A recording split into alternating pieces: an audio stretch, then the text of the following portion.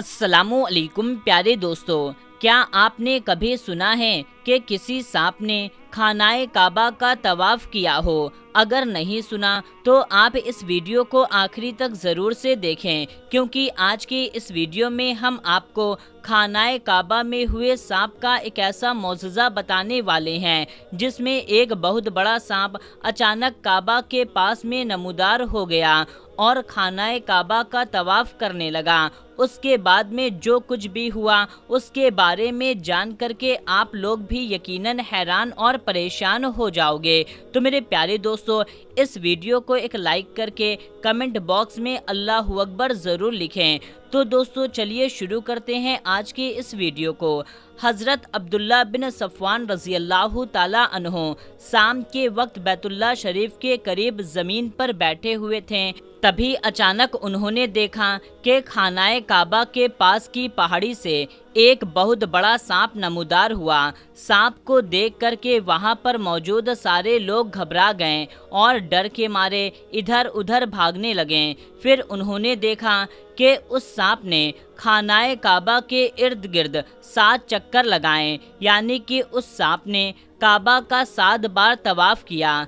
तवाफ करने के बाद में वो सांप हजरे अस्वद के पास गया और वो सांप हजरे अस्वद को चूमने लगा। सब लोग उस सांप को देख रहे थे। उसके बाद में हज़रत अब्दुल्ला बिन सफ़वान रज़ी अल्लाह ताला अन्हो उस सांप के पास गए और उससे कहा, ए उम्रा करने वाले जिन, तुमने अपना उम्रा मुकम्मल कर लिया है। तुम्हें मालूम है कि यहाँ पर हमारी औरतें और कम उम्र के बच्चे भी मौजूद हैं और वो तुमसे डर रहे हैं, लिहाजा अब तुम वापस चले जाओ। चुनांचे जिधर से वो आया था वहीं पर वो चला गया। दोस्तों, आप सोच रहे होंगे ये सच में एक सांप था? तो हम आपको बता दें, ये एक सांप नहीं बल्कि सांप की शक्ल में एक जिन था जो उम्रा करने के लिए आया था और उम्रा अदा करने के बाद में वो फिर से अपने मुकाम पर वापस चला गया।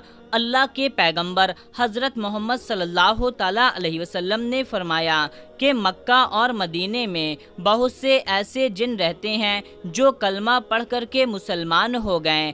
अब वो नमाज भी पढ़ते हैं, उम्रा भी करते हैं। मेरे प्यारे दोस्तों, साहबी रसूल हज़रत अब्दुल्ला बिन ज़ुबैर रज़ी अल्लाह ताला अन्हो फरमाते हैं, मैं एक रात हरमैन काबा में दाखिल हुआ और मैंने देखा कि चंद औरतें खानाए काबा का तवाफ़ कर रही हैं।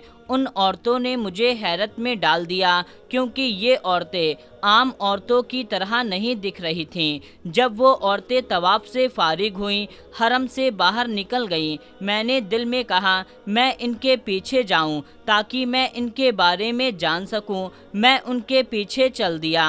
वो चलती जा रही थीं और चलती जा रही थीं, यहाँ तक कि वो मुश्किल तरीन जगह पर पहुँच गईं।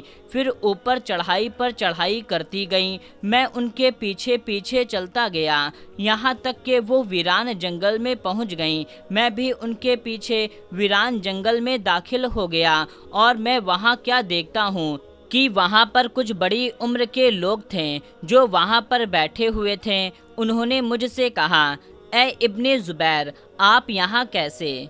मैंने जवाब देने के बजाय उन्हीं से सवाल किया, आप लोग कौन हैं? उन्होंने जवाब दिया, हम जिन्नात हैं। तो मैंने कहा, मैंने चंद औरतों को बैतुल्ला का तवाफ़ करते देखा। तो उन्होंने मुझे ताज्जुब में डाल दिया कि वो मुझे इंसान के अलावा कोई और मखलूक लग रही थी। मैं उनके पीछे चल पड़ा, यहाँ तक मैं पहुँच गया। तो जवाब में उन्होंने कहा, ये हमारी औरतें हैं और ये जिन्नात में से हैं। ए इब्ने जुबैर, आप क्या खाना पसंद करेंगे? तो मैंने अर्ज़ किया, पक्की हुई ताज़ा खजूर खाने को दिल कर रहा है। हालांकि इस वक्त मक्का मुकर्रमा में ताज़ा खजूर का कहीं नामो निशान न था। वो मेरे पास پکی ہوئی تازہ کھجور لے آئیں۔ جب میں کھا چکا تو انہوں نے مجھ سے کہا جو باقی کی بچ گئی ہیں ان کو آپ اپنے ساتھ لے جائیے۔ حضرت ابن زبیر رضی اللہ تعالیٰ عنہ فرماتے ہیں کہ میں وہ بچی ہوئی کھجور اٹھائی اور اپنے گھر واپس لے آیا۔ جس طرح انسانوں کے لیے اللہ پاک کے احکامات پر عمل کرنا ضروری ہوتا ہے، اسی طرح جناتوں کو بھی اسلامی احکامات پر چلنے کے وہ پابند ہوتے ہیں۔ اللہ پاک قرآن مجید فرقان حمید میں فرماتا ہے میں نے جن اور انسان اسی لیے بنائے کہ میری بندگی کرے، تو ہماری طرح جنات بھی ہر چیز میں نبی کریم صلی اللہ تعالیٰ علیہ وسلم کی شریعت پر چلنے کے پابند ہے۔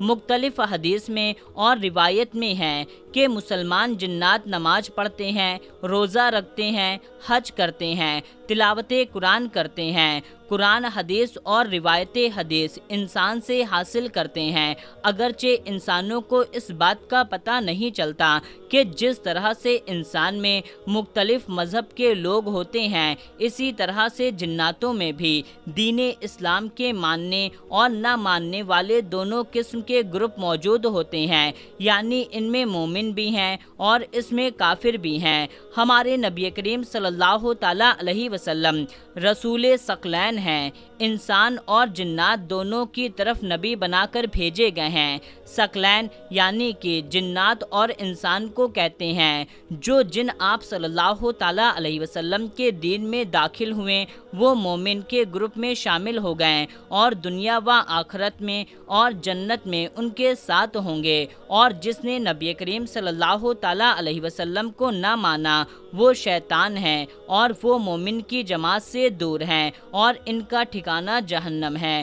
علماء فرماتے ہیں کہ زندہ عقل رکھنے والے اور بولنے والی مخلوق کی 3 ٹائپس ہیں، انسان، فرشتے اور جنات، اور انسان اور جنات میں بھی پھر ہر ایک کی 2 ٹائپس ہیں، نیک اور برے۔ نیک انسان کو ابرار کہا جاتا ہے، پھر ان میں رسول اور نبی بھی ہوتے ہیں، اور عام انسانوں میں برے لوگوں کو اسرار کہا جاتا ہے، پھر ان میں کچھ کافر ہوتے ہیں اور کچھ نہیں ہوتے، اور جناتوں میں بھی برے جنات ہوتے ہیں، ان کو شیاطین کہا جاتا ہے۔ اسی طرح سے ایک نوجوان کا واقعہ ہے کہ اس کی نئی شادی ہوئی تھی، خندق سے وہ اجازت لے کر کے اپنے گھر آیا تھا۔ جیسے ہی وہ گھر کے قریب آیا تو اس نے دیکھا کہ اس کی بیوی گھر کے باہر کھڑی ہوئی ہے۔ یہ دیکھ کر کے وہ نوجوان آگ ببولا ہو گیا، یعنی کہ وہ غصے سے لال ہو گیا۔ اپنے شوہر کو غصہ ہوتے ہوئے دیکھ کر کے اس کی بیوی نے اس سے کہا آپ غصہ بعد میں ہونا، پہلے آپ گھر کے اندر داخل ہوں۔ اس کے بعد میں وہ نوجوان اپنے گھر میں داخل ہوا تو اس نے دیکھا کہ اس کے گھر میں ایک بہت بڑا سانپ کنڈلی مارے بیٹھا ہوا ہے۔ نوجوان نے پھر اس سانپ کو نیزے میں پرو لیا اور اپنے گھر سے باہر لے آیا۔ تبھی اس سانپ نے پلٹ کر کے اس نوجوان پر حملہ کر دیا اور اس نوجوان کو سانپ نے وہیں پر مار ڈالا۔ یہ دیکھ کر کے اس کی بیوی چیخ کر کے رونے لگی۔